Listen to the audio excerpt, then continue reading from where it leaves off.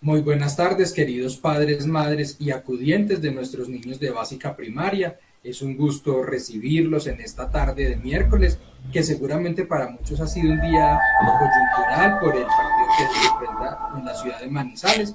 Pero bueno, aquí estamos para compartir un espacio de aprendizaje. Con toda seguridad van a poder conectarse al final para disfrutar del partido, pero que tengamos estos 55 minutos de mucha experiencia y de mucho aprendizaje con nuestro invitado. Vamos a iniciar, como es de costumbre, con nuestra oración. Nos vamos a encomendar a la Santísima Virgen bajo la advocación de la Señora del Rosario y nos disponemos en este encuentro. En el nombre del Padre, del Hijo, del Espíritu Santo. Amén.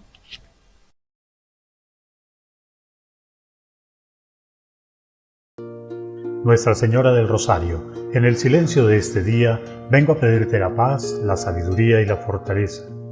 Quiero mirar el mundo con ojos llenos de amor para ser paciente, comprensivo y bueno. Ver a tus hijos más allá de las apariencias como tú misma los ves. Cierra mis oídos a toda calumnia, guarda mi lengua de toda maledicencia. Que solo los pensamientos que bendicen moren en mi espíritu. Que sea tan benevolente y tan alegre que todos aquellos que se aproximen sientan tu presencia. Revísteme, Madre mía, de tu belleza, y que a lo largo de este día yo te revele. Amén. Listo. Muy bien, bajo la advocación de Nuestra Señora del Rosario, vamos entonces a darle la bienvenida a nuestro invitado de hoy, al doctor Alexander Rodríguez Bustamante. Alexander es profesional en desarrollo familiar, magíster en educación y desarrollo humano de la Universidad de Manizales y doctor en educación de la UPB de la ciudad de Medellín. Tiene una amplia trayectoria y experiencia como docente universitario e investigador en diferentes temas en familia, en educación. Hoy nos acompaña con la ponencia Familia y Escuela, una conversación sobre comunicación y lugares comunes. Bienvenido, doctor Alejandro. El auditorio es tuyo. Gracias, profesor Jorge Hernán. Muchísimas gracias a las directivas de la institución. Esperamos que los papás, las mamás, los adultos significativos. Muy bien, vamos a dar entonces inicio a esta escuela para padres, madres y cuidadores de preescolar y primaria de esta institución en Manizales. Y quisiera que empezáramos con una primera reflexión. Esta reflexión que ven ustedes en pantalla me ha acompañado durante los últimos 5 años, porque durante los últimos 5 años hemos tratado de realizar una reflexión profunda sobre la dupla familia y escuela en esos escenarios que fundamentan los procesos de socialización primaria y secundaria en la familia y en la escuela, de quienes habitamos de alguna manera todos los procesos de educación. Esta frase es muy diciente porque nos da a entender de una manera reflexiva los padres, las madres y los adultos significativos, cómo marcan la historia de los niños, las niñas y los adolescentes, pero también en ese proceso de marcación devienen unas conversaciones que van a ser muy poderosas, muy fructíferas y necesarias en todo ese proceso de identificación. Van a escuchar un poco hablar sobre los lugares que tienen los maestros y las maestras. Definitivamente, cuando nosotros trabajamos procesos de escuelas de padres y de escuelas familiares, indefectiblemente tenemos que apoyarnos también de los maestros y las maestras, porque sabemos que hacen un trabajo muy interesante al interior del aula de clase en torno a esos procesos de formación y, por supuesto, a esas historias de vida que llegan a nuestras aulas. Hoy el tema que vamos a tratar de entrecruzar en estos 40 minutos, 45 minutos que van avanzando, es un tema muy esencial. Seguramente para algunos puede llegar a ser repetitivo, pero siempre necesario. El tema de la comunicación, el tema del lugar de la comunicación y sobre todo trabajaré un concepto muy bello y es el tema de la comunicación compasiva en clave de un bien común. Para eso entonces me he permitido realizar las siguientes viñetas académicas que aunque es un nombre muy grande, Grosso modo, lo que les quiero decir es que cuando nosotros hablamos de comunicación, estamos hablando de encontrarnos con un otro.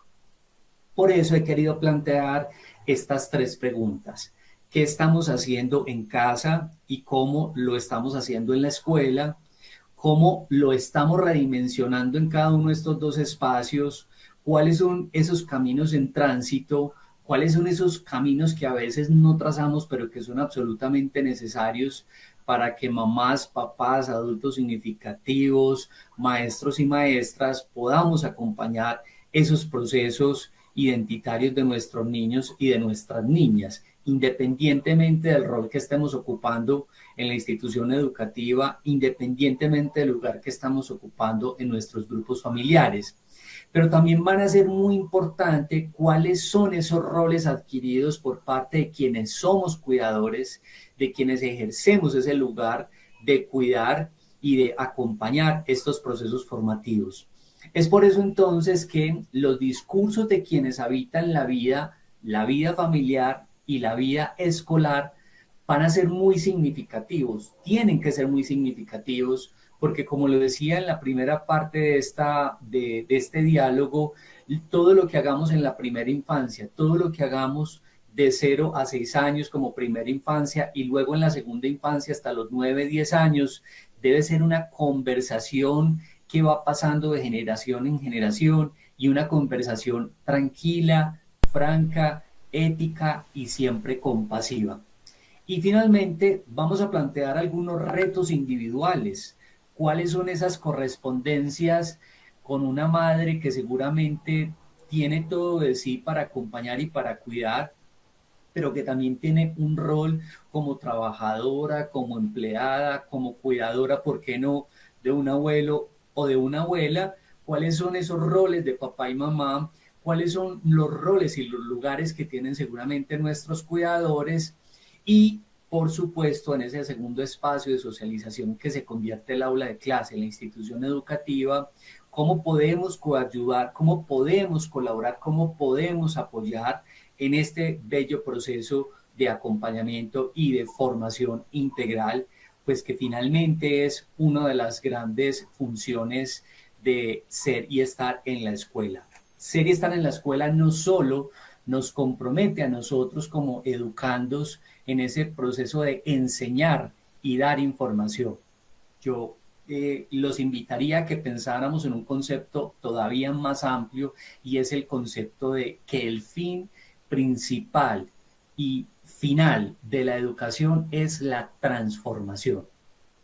Y cuando hablamos de transformación, es conversar, es establecer puntos nodales sobre cómo llega el niño en primera infancia y cuáles son esos pasos y cuáles son esos tránsitos que él va caminando, y ha sido acompañado, por supuesto, por su grupo familiar, pero también por unas maestras y unos maestros que se van preocupando por cómo va a ser la historia de vida de estos niños y niñas que nos llegan a la institución educativa, de estos futuros adolescentes, cómo los podemos acompañar, y en ese acompañamiento, cuáles son esos puntos tensionales que también debemos empezar a trabajar. Para ello se nos presentan entonces múltiples retos y algunas dimensiones en esa relación bidireccional que implica el grupo familiar y la escuela. Entonces, cuando nosotros hablamos de retos, son esas grandes tareas, pero antes de plantear las tareas, yo preferiría que empezáramos a pensar, cada uno de ustedes que están en sus hogares, cada uno de ustedes que seguramente van en el trayecto del trabajo a la casa o que seguramente están en otras actividades y nos están escuchando, quisiera plantearles cuáles son esas pequeñas, plantearles para que lo piensen en los lugares en donde se encuentran, cuáles son esas pequeñas acciones, esas pequeñas conversaciones, esos cortos discursos con los cuales nosotros empezamos a vincularnos en la vida de nuestros niños, nuestras niñas y nuestros adolescentes, que creerían ustedes hoy están marcando la vida de aquellos que se están en este momento en proceso de crecimiento y están en proceso de transformación educativa.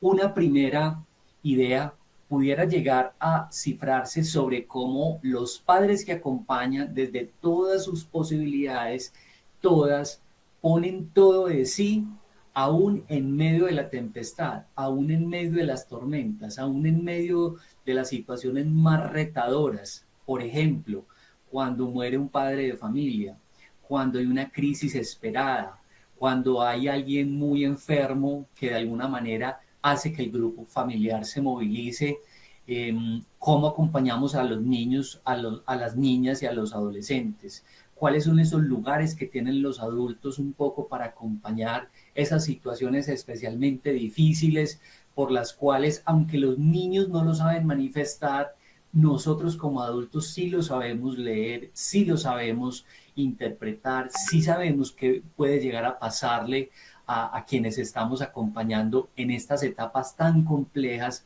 sobre todo en primera y segunda infancia. Cuando hablo de segunda infancia estoy hablando más o menos entre 5 o 6 años hasta los 9 y 10 años. Luego quisiera plantearles una segunda viñeta que tiene que ver cómo los padres y las madres que intentan construir discursos para un futuro, para forjar procesos y procedimientos, para tratar de asegurar que ese proceso del paso de la familia a la escuela y sobre todo lo que hacemos en la escuela va a ser definitivo y va a marcar el futuro, la perspectiva, el devenir, la historia de estos niños y de estas niñas. Y para eso necesitamos un primer pasito y es el tema de cómo nos comunicamos y cómo tratamos cada vez más que esos procesos de comunicación sean muy tranquilos, muy serenos, que seguramente nos pueden generar muchísima tensión, pero que necesitamos nosotros como adultos capitalizar muchísima serenidad para tratar que esos grupos familiares puedan encontrar de una manera compasiva, una manera tranquilizadora para comunicarse con sus niños y con sus niñas. Nosotros en la escuela, nosotros en las instituciones educativas, seguramente podemos hacer muchísimas actividades, podemos ser lo suficientemente empáticos con nuestros estudiantes, pero no basta esta fase, porque seguramente lo podemos hacer muy bien en la escuela y no tanto en la familia, o muy bien en la familia y de pronto en las instituciones educativas alguien dice algo inadecuado y solo con esa frase o solo con esa palabra seguramente podemos llegar a herir a otra persona o podemos generar muchísima tensión de la que realmente no tendríamos por qué haber provocado esa situación.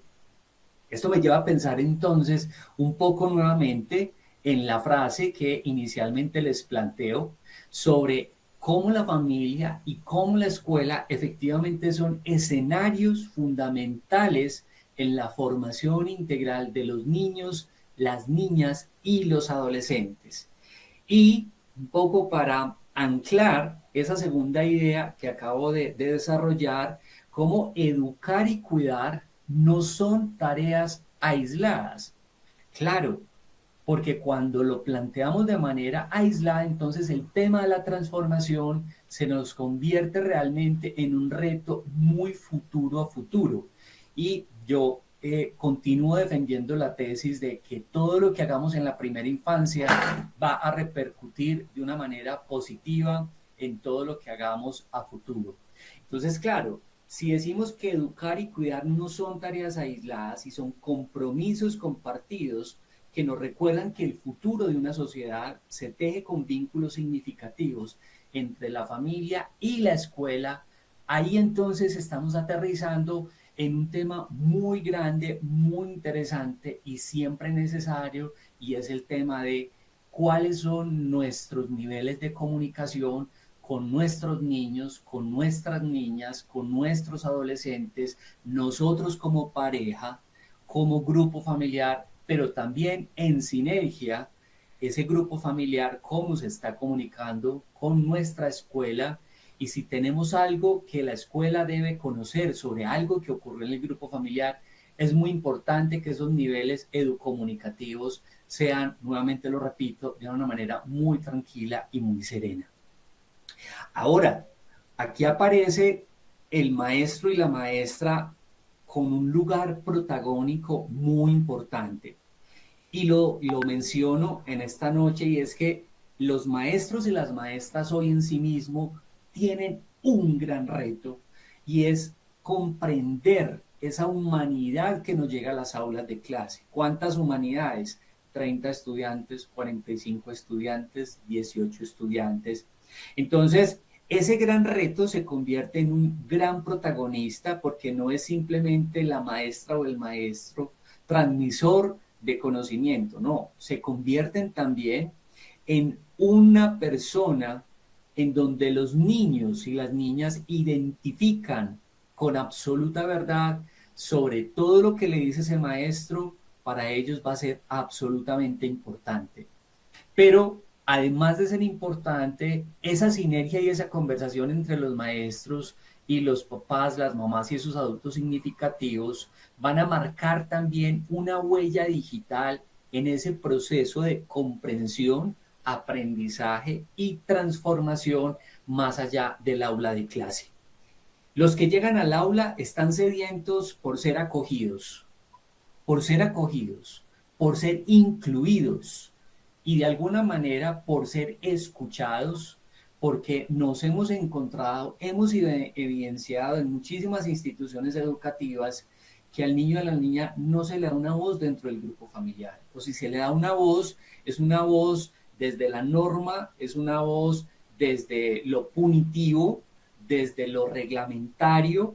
Entonces ahí se nos desdibuja un poco y se nos pierde un poco el tema de la comunicación, y la invitación de esta noche es un poco a, venga, pensémonos un poco qué es lo que estamos haciendo en los grupos familiares que hagan precisamente que esas acciones bondadosas, compasivas, empáticas, positivas al interior del grupo familiar, créanme que se van a ver reflejadas en acciones, en comportamientos, en responsabilidades sobre lo que se hace en el grupo familiar, que atomiza, por supuesto, el aula de clase. Ahora, si nosotros pensamos que la escuela y la familia batallan por hacer lo que les corresponde, por supuesto, educar, acompañar, vincular y vincularse, estar ahí en todos los momentos significativos, los buenos y los no tan buenos, aún sin estar presentes. Hoy cada vez más muchos de nuestros grupos familiares no logran estar constituidos de una manera regularizada, porque seguramente el papá se tuvo que ir o para España, o para Estados Unidos, o para Argentina, y queda una abuela o una mamá al cuidado de los niños y las niñas, pero ese cordón comunicacional no se pierde. A eso nosotros lo denominamos las familias transnacionales, pero no quiere decir que la familia se ha fracturado.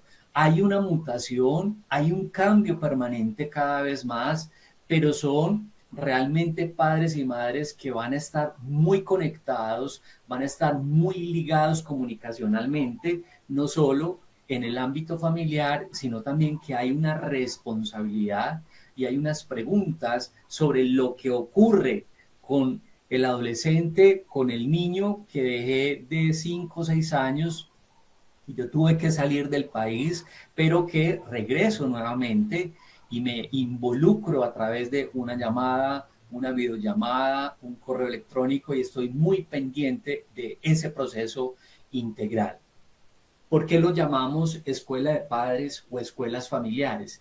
Porque lo que tratamos de hacer desde la institucionalidad es dar algunas pistas, dar algunas señales. De ahí viene la palabra enseñanza. ¿Qué significa enseñar? Dar señales para que quien necesite, quien requiera información y formación, pueda adecuar esas narrativas e historizar esas maneras de ser y estar en el mundo para compenetrarse con otra vida. ¿Cuál vida? Esos niños y esas niñas que tenemos hoy escolarizadas, independientemente del rol que nosotros tengamos como cuidadores compasivos. Y finalmente, pensemos en esta figura que va a ser muy interesante y muy representativa en la línea del tiempo. Adolescentes jóvenes, y este es un discurso para ellos porque yo no estoy de acuerdo con la etiqueta que muchos profesionales le ponen a los adolescentes porque están en el momento de adolecer de información. Yo por el contrario pienso que cuando estamos conversando con los adolescentes y con los jóvenes, los niveles de comunicación deben ser absolutamente abiertos, porque representan un antes y un después de ese momento del ciclo vital por el cual ellos están pasando y ellas se están transformando. Entonces esa frase de que el adolescente es porque adolece, yo realmente no estoy de acuerdo con esa frase. Yo estoy más de la lógica que acompañar jóvenes y acompañar adolescentes es muy retador porque nos traen discursos muy potentes sobre lo que ocurre en la calle, sobre lo que ocurre en sus grupos familiares, sobre cuáles son esas primeras relaciones significativas en la institución educativa, en la escuela, en el colegio, y en ese tejido y en ese entramado, créanme que son más los aprendizajes cuando escuchamos muy bien a nuestros adolescentes y a nuestros jóvenes que los asuntos negativos que pudiesen llegar a tejer.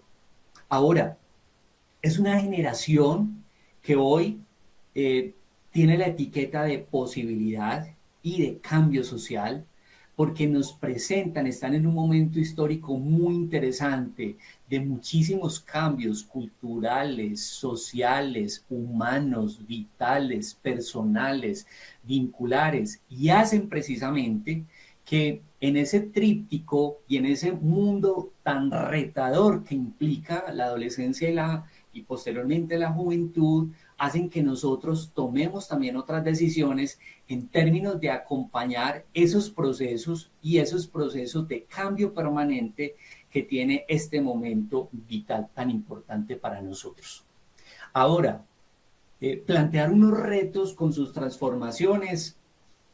Yo quisiera presentarles hoy estas 5 ideas, que pueden ser algunas ideas que en la línea del tiempo van a ser muy potentes si las asumimos en esa clave transformacional y en esa clave de poder acompañar a los muchachos y a las muchachas de hoy en día de una manera más significativa. Primero, asumir la existencia, responsabilizarnos de los actos cotidianos. Primero, en las horas de la mañana, ¿cómo me despido de mis hijos? En las horas de la tarde, les pregunto a ellos y a ellas cómo les fue en el colegio, qué tareas tienen, qué responsabilidades, qué tareas, además de las académicas, deben asumir dentro del grupo familiar. Y para esas situaciones hay que establecer nuevos códigos conversacionales y nuevos códigos vinculares que hacen precisamente que esos altos niveles de comunicación forjen en ellos y en ellas asuntos muy interesantes que tienen que ver con la comprensión frente a las pequeñas responsabilidades que implica estar en un hogar y, por supuesto, esas grandes responsabilidades académicas que implica estar en escolarizados. Lo segundo es ese tejido relacional de padres, madres y adultos significativos, siempre comprometidos con el respeto por la vida y la formación de los futuros jóvenes, de los futuros adolescentes. Esta juventud finalmente van a ser nuevos adultos que se están formando, que estamos acompañando, no solo desde los grupos familiares, sino lo que nos compete y lo que nos corresponde a nosotros como maestros y como maestras. Muy interesante, por ejemplo, encontrar un maestro o una maestra que vea a un niño, a una niña o a un adolescente y a través de una palabra, a través del ejemplo, a través de una frase o a través de una pequeña conversación, hacerle caer en la cuenta no solo las sombras, no solo las dificultades, No solo esas situaciones que pueden ser muy problemáticas y muy caóticas, sino también hacerle ver qué es lo mejor que tienes, qué es lo más positivo. María Camila, me encanta tu liderazgo, el acompañamiento con los demás compañeros, esos liderazgos a través de las situaciones, no solo desde lo académico, sino que acompañas de una manera relacional muy bonita a tus compañeros y a tus compañeras. Esos asuntos son muy importantes y van a ser muy ganadores en el espacio escolar. Cuando lo llevamos al grupo familiar, exactamente lo mismo. Siempre, siempre, o por lo menos en la mayoría de las situaciones, estamos más pendientes de las sombras, del caos, de las dificultades, que en hacerle ver al niño desde primera infancia, desde bien pequeñito que son nuestros niños y nuestras niñas, cuáles son los asuntos más positivos, cuáles son las actitudes más bonitas, cómo resaltar en ellos y en ellas cuáles son esas actitudes, esos acompañamientos, cuando van y están con los abuelitos y están pendientes de llevarles las arrastraderas, de llevarles un cojín, ¿por qué no? Un café, algo de tomar. Y creeríamos nosotros que ahí estamos haciendo puericultura. Recordemos que puericultura significa el arte de la buena crianza. El buen puericultor, cifrado no solo en los papás, las mamás y los adultos significativos, sino ese puericultor que cada vez más va estableciendo unas relaciones significativas, nuevamente muy bondadosas y muy compasivas, para establecer de una manera retadora esos niveles de codificación que a veces no comprendemos nosotros los adultos, pero estoy seguro que cuando uno le pregunta al niño qué fue lo que me quiso decir con esa palabra, que yo no estoy familiarizado, pero es que ellos están entrando a las redes sociales, tienen tabletas, seguramente tienen accesibilidad a dispositivos electrónicos y están viendo seguramente otros programas que nosotros no estamos acostumbrados a ver. Entonces, cuando hablamos de comunicación, estamos hablando de las distintas maneras de codificar frente a esa relación que yo tejo con el otro, que yo construyo con el otro, ese tipo de codificación, si es realmente clarificadora o por el contrario, este muchacho a mí como me habla, yo quedo como gringo, quedo como plop. No comprendo qué es lo que me está diciendo porque habla realmente muchísimo, muy extraño. El vínculo de la figura masculina aparece aquí de una manera muy interesante. En todos los procesos de formación integral van a ser muy efectivos, muy necesarios. Sin embargo, no estamos hablando de exclusividad. ¿Por qué? Porque no siempre está la figura paterna, no siempre va a estar la figura materna. ¿Por qué? Por diferentes situaciones, como divorcios, separaciones, muertes, viajes, convivencia en separaciones, por ejemplo, de países, que no significa que no haya vínculo directo, pero que cuando existe la figura paterna, yo quisiera en esta noche exaltarla de una manera muy positiva, muy necesaria, y que cuando existe va a ser realmente muy gratificante en ese proceso de educación integral. Una presencialidad activa y comprometida. Y cuando hablamos de una presencialidad activa y comprometida en todos los estadios, en todos los momentos significativos, pero también en aquellos momentos en donde se necesita una palabra, se necesita una palmadita en el hombro, se necesita una recomendación, un consejo, un direccionamiento, una agradable conversación. Los jóvenes tienen derecho a ser ellos mismos, manifestar sus miedos, dudas, inquietudes, incertidumbres y a ser escuchados y acompañados.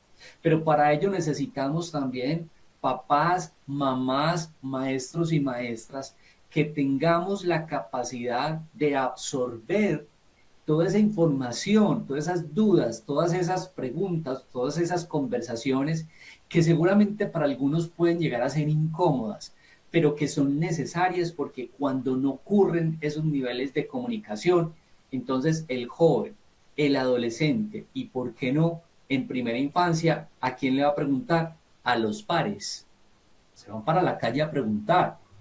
Yo soy de la escuela en donde pienso que es mejor estar acompañando procesos que pueden ser un poco dolorosos frente a preguntas que pueden llegar a ser incómodas y no que lo busquen o en internet o en Google o simplemente a otro compañerito porque le pasó esto, aquello, y a él le funcionó, lo que no significa que le puede llegar a funcionar a usted también. Y los colegios y las instituciones educativas también están muy prestos a esas dudas que tienen los adolescentes. Cuando las instituciones educativas tienen psicólogo, tienen psicóloga o tienen trabajo social, créanme que es una herramienta muy importante porque también ayuda a que esta población pueda estar un poco más tranquila en términos de la confidencialidad que amerita estos procesos de acompañamiento psicológico y de intervención, por ejemplo, en trabajo social o en desarrollo familiar. Y por último, todos estamos en vía de la perfectibilidad. Todos estamos en vía de la perfección. Todos estamos en vía de la transformación. Y allí viene otro factor comunicacional muy interesante, y es que podemos tener todos los hijos en el grupo familiar, pero clasificamos también a los hijos. Clasificamos también a los hijos. Este es muy bueno para el estudio, esta es muy buena para esto, y hacemos entonces comparaciones que son a veces muy complejas en términos del relacionamiento dentro del hogar y por supuesto entre los mismos integrantes de la familia. Mi recomendación es que los hijos son los hijos, todos son distintos. Hay unos ritmos que van más rápidos que otros. Hay unas maneras de desarrollo intelectual, del desarrollo frente a las competencias de habilidades sociales muy distintas. Entonces, en la consulta, el tema de la psicoeducación y el tema de la puericultura sobre cómo acompañar debe ser un factor diferenciador. Yo tengo mis hijos y cada uno tiene un ritmo distinto. Yo tengo mis hijos y todos van a pasos distintos. Yo tengo mis hijos y a todos los tengo que acompañar de manera distinta porque son totalmente diferentes. Somos el mismo papá, la misma mamá, el mismo grupo familiar, y ocurre exactamente en el aula de clase. Lo que ocurre en la familia en términos vinculares ocurre en la institución educativa y en el aula de clase. ¿Cuántos de los maestros y maestras que estamos aquí conectados no hemos tenido grupos de 25, 30 estudiantes, 40 estudiantes, y al final del año uno pudiera decir, por ejemplo, este grupo ha sido el mejor de este grupo? Profe, puede que el manejo de la comunicación, de las emociones, de los procesos de personalización fue distinto de esta cohorte a la cohorte del 2023 y el 2024. Y cuando uno empieza a hurgar, cuando uno empieza a revisar qué es lo que tiene distinto esos grupos, casi siempre sale, cada grupo tiene una historia de vida familiar. Cuando uno tiene 40 estudiantes en un aula de clase, son 40 historias de vida familiar, 40 historias de vida personal. Si yo quisiera decir, por ejemplo, de una institución educativa, ¿quién es el mejor profesor? El mejor profesor puede que sean todos. Lo que pasa es que medir quién es bueno y quién no lo es tanto implica conocer sus historias de vida. Y esas historias de vida ameritan también análisis, esas historias de vida ameritan también ser y estar en la presencialidad, ser y estar también en esos procesos de conocimiento y de acompañamiento, por supuesto. ¿Qué traemos del grupo familiar? y qué de lo que tenemos en el grupo familiar nos va a servir efectivamente frente a lo que estamos pasando cada vez más en nuestros trayectos de vida. Quisiera quedarme en esta mitad de la conferencia con dos grandes retos.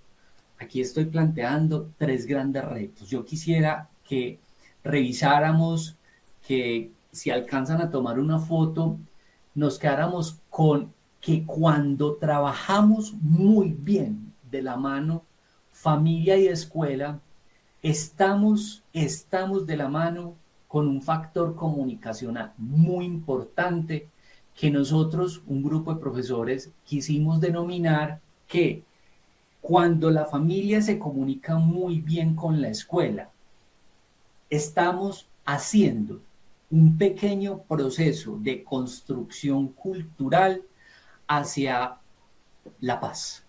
Entonces, cuando hablamos de el aula de paz, tendríamos que decir también la familia en paz. Porque si estamos hablando de que es una diada significativa, estamos diciendo de que todo lo que hagamos muy bien en la familia, eso va a redundar en la escuela. Seguramente lo que no hagamos tan bien en la familia, eso también va a redundar en la escuela. Carlos, ¿por qué estás tan pensativo? Hace 15 días no traes tareas. No, profe, es que tenemos muchos problemas en la familia. Traigo lo que traigo la maleta, traigo la historia de lo que traemos de familia, pero también si le pregunto, estás haciendo todos tus deberes, tus responsabilidades, vas muy bien.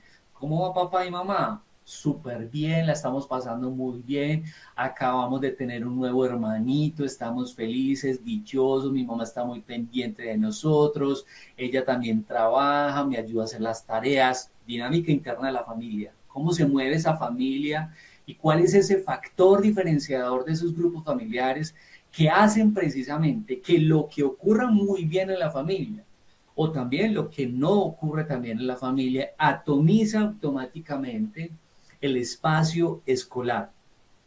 Y allí hay un maestro, hay una maestra, hay un equipo de profesionales que estamos seguramente muy atentos, estamos seguramente muy alertas a lo que está ocurriendo, pero que necesitamos también esas conversaciones con papá, mamá, adultos significativos para empezar a generar un poco menos tensión frente a lo que le está generando a este niño y a este adolescente sobre lo que está ocurriendo en casa. De la familia, la escuela espera resultados en valores y de la escuela, la familia espera resultados de la formación en el sentido de potenciar lo que el sujeto trae y puede desarrollar. Lo acabo de decir, es un asunto conversacional. Fíjense ustedes la implicación de una reunión de padres de familia cuando hay entrega de notas. Es un asunto muy interesante, porque cuando los padres de familia llegan a recibir la socialización de las notas por periodo, hay una expectativa. ¿Cómo le fue a mi muchacho? Su muchacho sacó el puesto 19 y en ese curso son 20. El padre de familia casi siempre va a preguntar, este muchacho prácticamente no está haciendo nada. ¿Cómo sería distinto preguntar si son 20 estudiantes y mi hijo sacó el puesto 19? Por favor, maestro, dígame qué es lo mejor que está haciendo Carlos Andrés para que haya sacado el puesto 19. No, ese muchacho es muy buen líder, es excelente líder, pero tiene serias dificultades académicamente. Entonces, le potenciamos el liderazgo a la luz de ese faltante académico. Entonces, ahí ya hay un primer diagnóstico. Hay que acompañarlo muy bien en lo académico, extracurricular, dentro de la institución, seguramente con otros acompañamientos, pero le vamos a potenciar todo ese asunto positivo que tiene sobre el liderazgo. Es una manera también de ver seguramente ese panorama tan negativo que para un padre de familia significa recibir esas notas escolares sobre seguramente algo está pasando. ¿Cuál es el panorama que tiene mi hijo? Porque en casa estamos bien, todo funciona, hay una dinámica funcional muy interesante, pero mientras que esto está corriendo en la casa, algo lo está atravesando dentro de la institución educativa. Entonces, abrir un poco los ojos, hacer las preguntas, las buenas preguntas. ¿Y cuáles son las buenas preguntas? Todas, porque una pregunta es una sombra que tiene una persona para saber algo que desconoce. Por eso no hay preguntas tontas, hay preguntas. Entonces, el lugar de la pregunta debe ser un lugar privilegiado para la reflexión profunda de unos adultos, de unos papás y unas mamás que necesitan también respuestas, que a veces no son fáciles las respuestas para los muchachos y para las muchachas de hoy en día.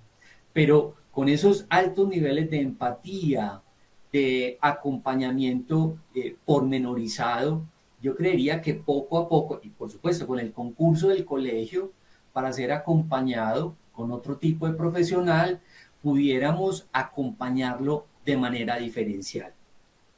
Apostar por aulas de, en y para la paz es una idea muy retadora porque necesitamos también el concurso de lo que estamos haciendo en la casa.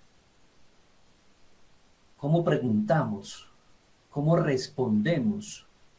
Incluimos en nuestras conversaciones a nuestros muchachos y a nuestras muchachas.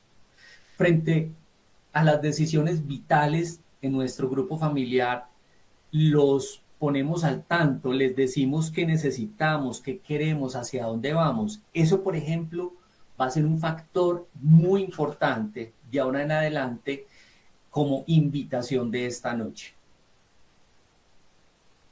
Pero esta invitación de esta noche necesita asuntos prácticos. Necesitamos 5 sí se puede comunicar. Y a esto lo he querido denominar las 5C, las 5 formas de comunicarnos y 5 formas que a mí realmente no me gusta la palabra píldoras ni tips. Yo creería más en hablar sobre prácticas significativas, sobre qué estoy haciendo hoy, cómo lo estoy haciendo hoy y cómo pudiera hacer esos cambios significativos para que eso que estoy haciendo hoy tengan mejores resultados. Entonces, vámonos con el primer sí. La comunicación es un puente entre familia y escuela porque estamos hablando de esta diada relacional.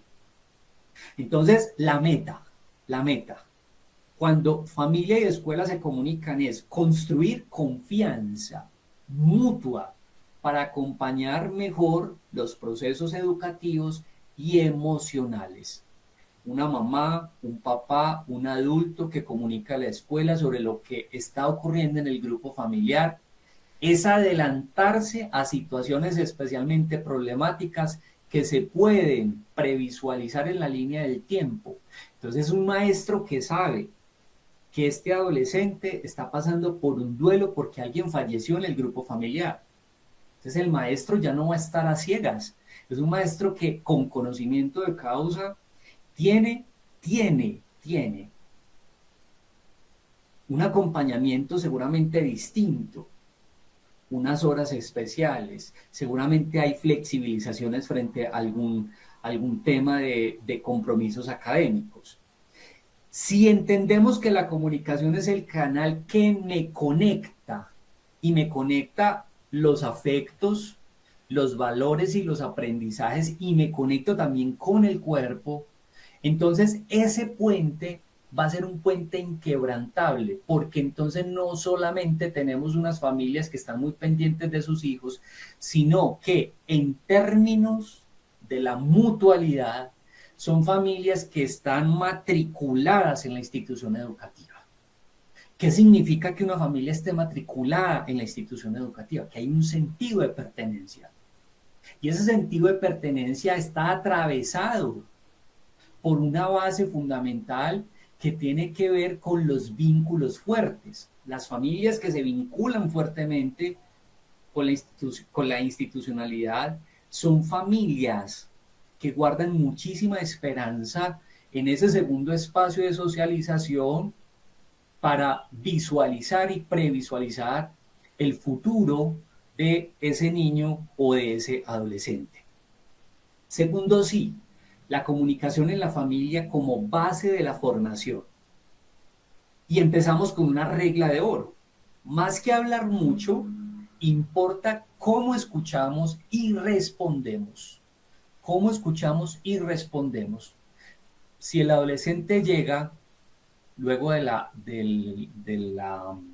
jornada escolar, nosotros, ¿cómo preguntamos? Mi amor, ¿vas a almorzar? Mi amor, ¿te quitas el uniforme? ¿Te dispones? ¿Almuerzas? ¿Haces un ratico de siesta? ¿O vas a ir a hacer deporte y tareas? Rutinas. Pero también preguntamos, ¿cómo te fue? ¿Te comiste lo que empacamos esta mañana? ¿Cómo te fue la exposición? ¿Qué tal el examen? Ah, no, no me hicieron el examen. ¿Para cuándo quedó el examen? Para la próxima semana. Entonces, seguimos repasando para que ese examen esté al día. Conversaciones tranquilizadoras y que emocionalmente nos podamos conectar. Así, la narrativa de ese adolescente o la narrativa del niño no sea la mejor. No, mami, me fue muy mal en el examen. Revisemos el examen, vamos a revisar el examen. Para la próxima vamos a estudiar un poco más. Metas cumplidas, reglas de oro, pero también pudiéramos decir reglas infaltables. Escuchar con atención y sin juicios permite que los hijos expresen sus emociones. El lenguaje que usamos en casa moldea la autoestima y el comportamiento de los niños y las niñas. Entonces va a ser muy importante también los enormes niveles de ejemplificación. Si todo el día papá y mamá viven discutiendo y no hay una sola frase de afectividad en la narrativa durante estos 8 días, no hay ejemplo de nada. Y recordemos, por ejemplo, que en primera infancia el primer libro que leen los niños no es Nacho Lee. El primer libro que leen los niños y las niñas son las conversaciones de los adultos en el grupo familiar. Cómo se dicen te amo, cómo piden cariñosamente, cómo dicen gracias, cómo dicen Dios le pague, cómo dicen hasta mañana hijo, cómo dicen descansaron, cómo dicen amor hiciste la tarea, cómo dicen vamos a organizar el closet, cómo dicen vamos a barrer y vamos a trapear, cómo dicen vamos a recoger esa basura. Lo cotidiano. Miren que no son reglas de oro abstractas y extrañas, no. Son pistas para preparar narrativas con los hijos. Y son las narrativas que cada uno de ustedes que está allá en sus casas, que están en sus oficinas, que van en sus carros o en el transporte público escuchándome a través del audio y de nuestro canal YouTube, se están preguntando, ahora cuando llegue a la casa, ¿cuál va a ser esa frase diciente que hace rato no le digo a mi adolescente? Natalia, estás preciosa, mi amor. Ya preparaste las clases para mañana. Una narrativa del encuentro. Una conversación esperanzadora. Una palabra motivadora. Una frase que resignifique aquello que nunca se me ha ocurrido, pero que a partir de hoy seguramente puede ser la puerta de la confianza que un papá, una mamá y un adulto significativo puede generar en ese hijo, en esa hija que cada vez más está más alejada de mí. Usar ejemplos de la vida diaria, historias sencillas que conecten con lo que viven en la escuela. Mi amor, por favor, no te dejes coger de la noche. Mira que en este momento estamos pasando por una situación de violencia en la calle muy compleja. Ese hijo, a través de esa pequeña historia, hace lo que tenga que hacer en la calle e inmediatamente llega a la casa. Se lo advertí que si me llega tarde, ¡tum! Es una narrativa de mandato, es una narrativa además retadora. Ah, no quiere que llegue tarde. Espera, ¿cómo le va a llegar tarde? Es muy retador. Entonces miren cómo esa función, ese lugar que tenemos nosotros como adultos, que nos narramos y que revisamos estas narraciones de manera significativa, van a ser muy importantes o para acercarlos o para alejarlos. Y por eso aparece la compasión como clave en la comunicación. Te entiendo y estoy aquí para ayudarte a encontrar la mejor manera de actuar. Sabemos que cometiste un error. Aquí estoy para que juntos conversemos y revisemos cómo vamos a repararlo, cuál va a ser tu rol y tu papel, y de aquí en adelante, cómo van a seguir siendo tus relaciones significativas con esto que hiciste de manera inadecuada. Pero aquí estamos nosotros y te vamos a acompañar. Comprender que cada emoción de los hijos es una oportunidad de aprendizaje. Se vale estar triste, se vale estar alegre, se vale estar no en sus mejores días. Por eso la compasión no significa permisividad. La compasión implica firmeza con ternura. Una firmeza con ternura acompaña permanentemente y no lo suelta, es que no los podemos soltar. En una escuela de padres, de una manera muy tierna, una mamá me decía: profe Alexander, yo tengo un niño de 4 años y se me salió de las manos. Entonces yo le respondí de una manera muy natural a la señora: si se le está saliendo un niño de 4 años de las manos, entonces usted necesita a alguien quien la sostenga a usted. Y eso es muy grave, porque entonces ese vínculo de fragilidad frente a un proceso de compasión que necesita además templanza y tenacidad, carácter, necesita carácter. Y ella empezó ahí a hacerse preguntas. Claro, es que yo no hago.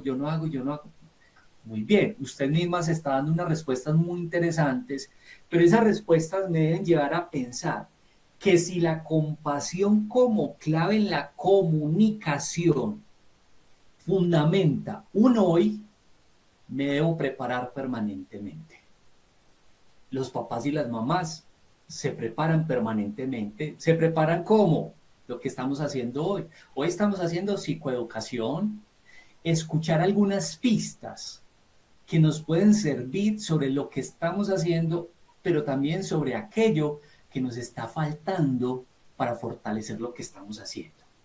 Ahora, ya para finalizar, si pensamos en la diada familia y escuela como una alianza compasiva, entonces los invito a que pensemos y a que reflexionemos cómo acompañar personas capaces de expresar, escuchar y convivir con empatía ya no se convierte en un reto, sino que se convierte en un hecho absolutamente naturalizado, porque se le permite a ese joven, niño, a ese joven, establecer a través de sus narrativas y de su comunicación quién es él y qué representa.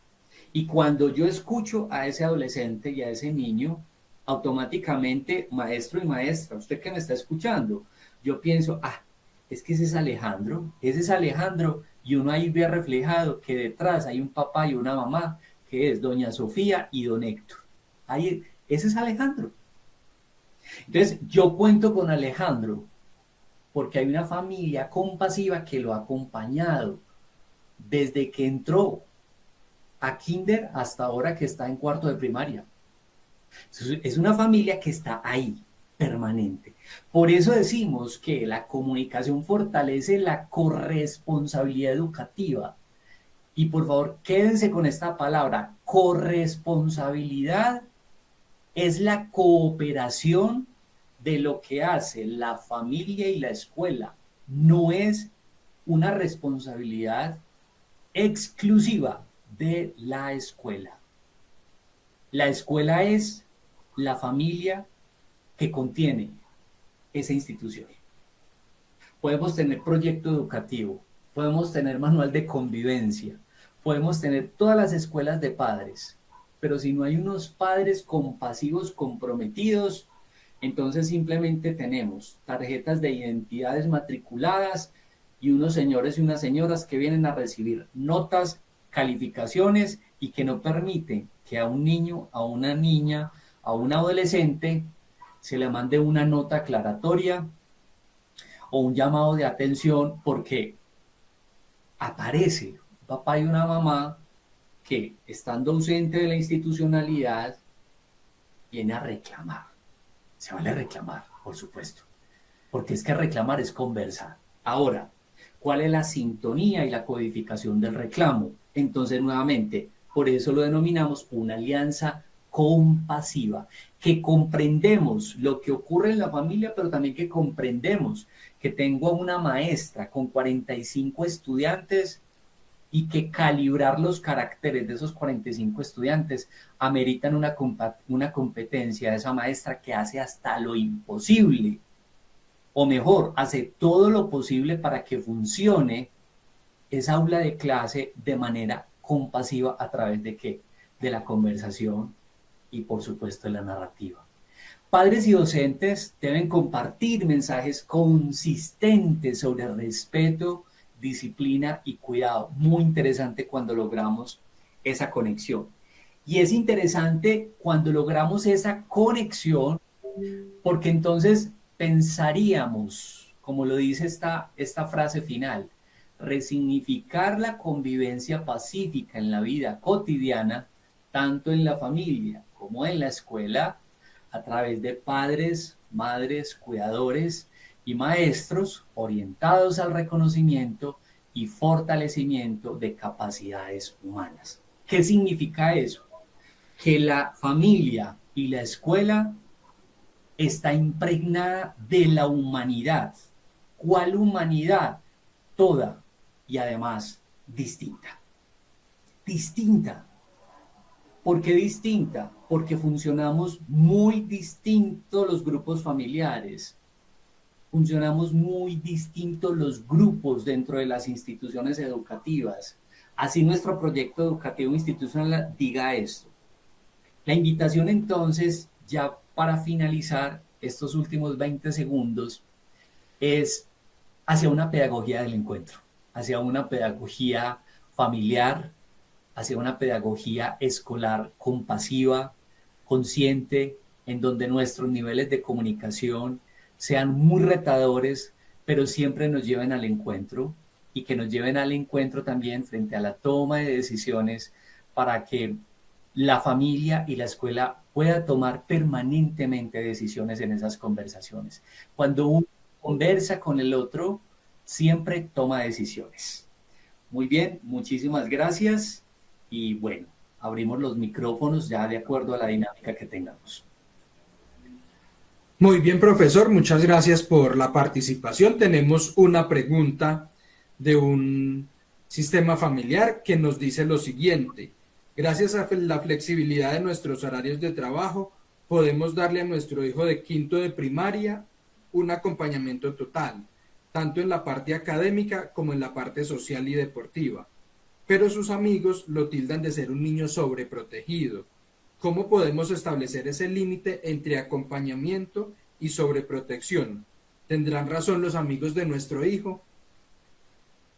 Yo tendría que decir dos asuntos para este grupo familiar. El primero de ellos es que todas las familias tienen roles, tienen reglas, tienen límites. Esta es una familia que está acompañando de una manera presencial, muy directa, muy funcional, y si les está funcionando, creo que ese es el camino. Llegará otro momento determinado en que el niño podrá tener otros niveles de socialización, podrá establecer otras vincularidades, podrá relacionarse de otra manera muy distinta y los padres de familia, estos padres de familia ya saben a qué hijo han acompañado y saben que su comportamiento, sus niveles de vincularidad van a ser muy bien llevados a cabo ¿Por qué? Porque hubo un papá y una mamá que estuvieron muy pendientes en ese proceso de formación permanente. Entonces, yo no me preocuparía, papás y mamás, no se preocupen por lo que están haciendo.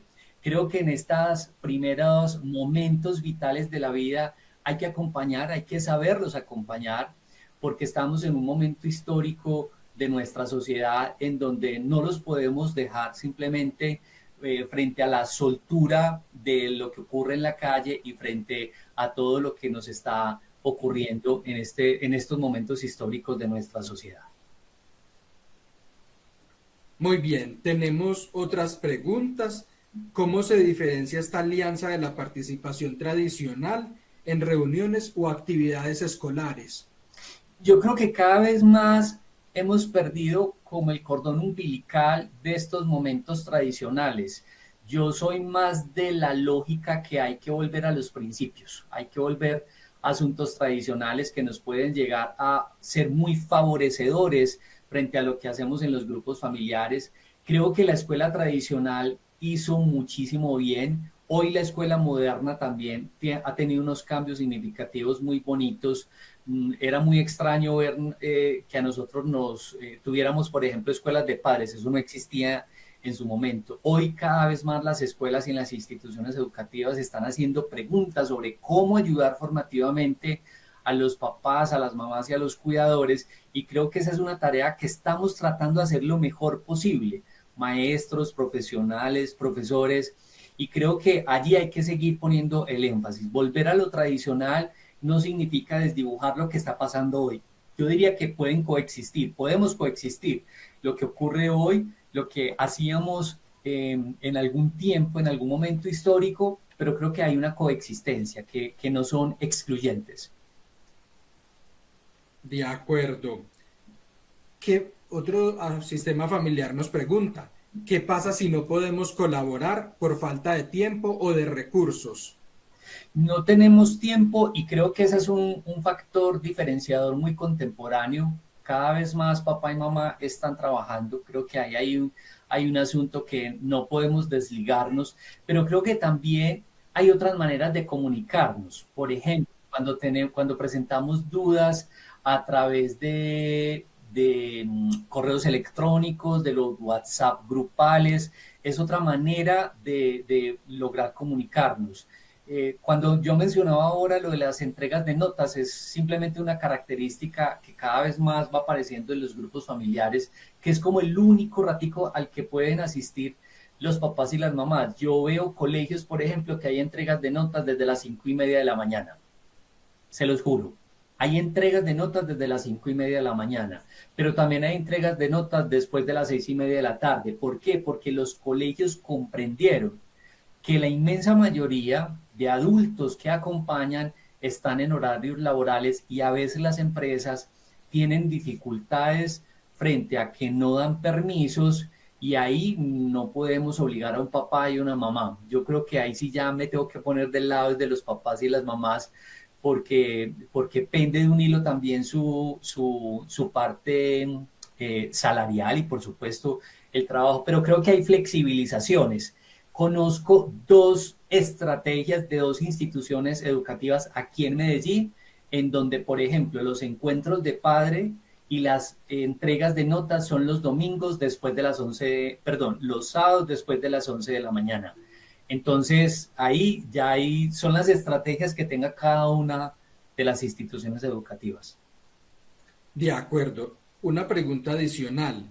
¿Cómo podemos confiar en que nuestros aportes como padres serán valorados y no criticados? Yo pensaría que es la fotografía con la que uno llega a la institución educativa. Imagínense ustedes una maestra a la que le están escribiendo 20, 25 papás y mamás para hacerle recomendaciones sobre cómo llevar a cabo algún asunto dentro del aula escolar. La inteligencia de nuestros profesores, yo siempre digo, es absolutamente confiable. Pues yo confío profundamente en los profesores en estos niveles educacionales porque además tienen una pericia y a ese papá y a esa mamá les digo, hay que confiar en que el maestro va a tratar de reinterpretar lo mejor posible frente a cómo acompañar y cómo dar direccionamientos frente a lo que ocurra en la escuela. La escuela es una institución que tiene normas, la escuela es una institución que tiene reglamentos, que tiene horarios, que tiene una estructura y que también puede ser flexible, pero también debemos comprender que su hijo no es el único en esa aula de clase.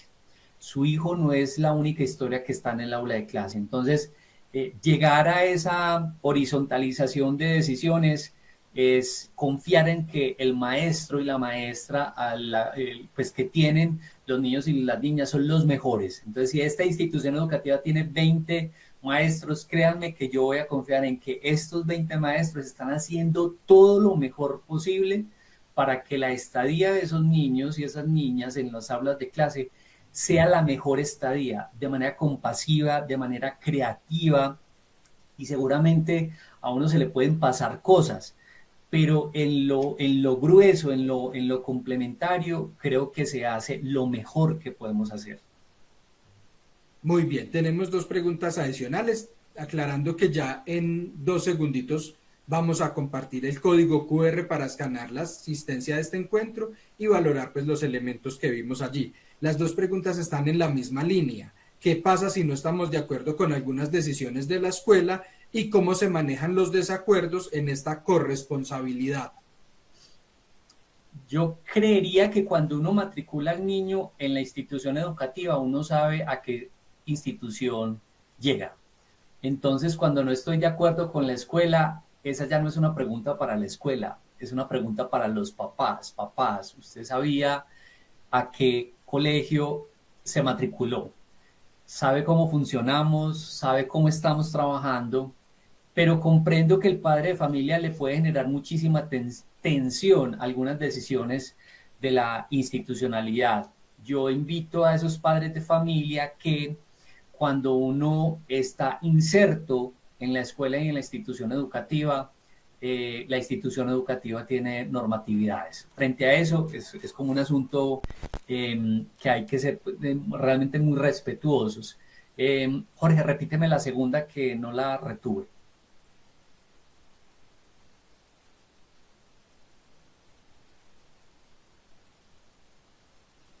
¿Cómo se manejan los desacuerdos en esa corresponsabilidad?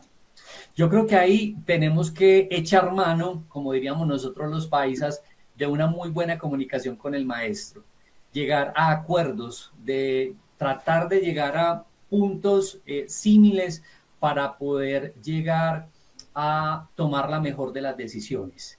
A veces la mejor de las decisiones no tiene que ser la mejor ni para el papá ni la mamá ni para la institución educativa.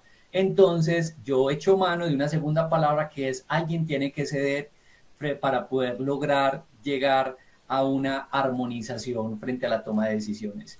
No es fácil, no es fácil, no es fácil. Muy bien, bueno, agradecemos tu participación, este espacio de preguntas que sin duda nos aclaró un poco los elementos y las inquietudes que tenían los padres, los madres y cuidadores. Ya se proyectó el código QR para escanear la sesión. Nuevamente, muchas gracias, profesor Alexander, y mil gracias a todos por la asistencia y la participación a este encuentro virtual. Feliz noche para todos.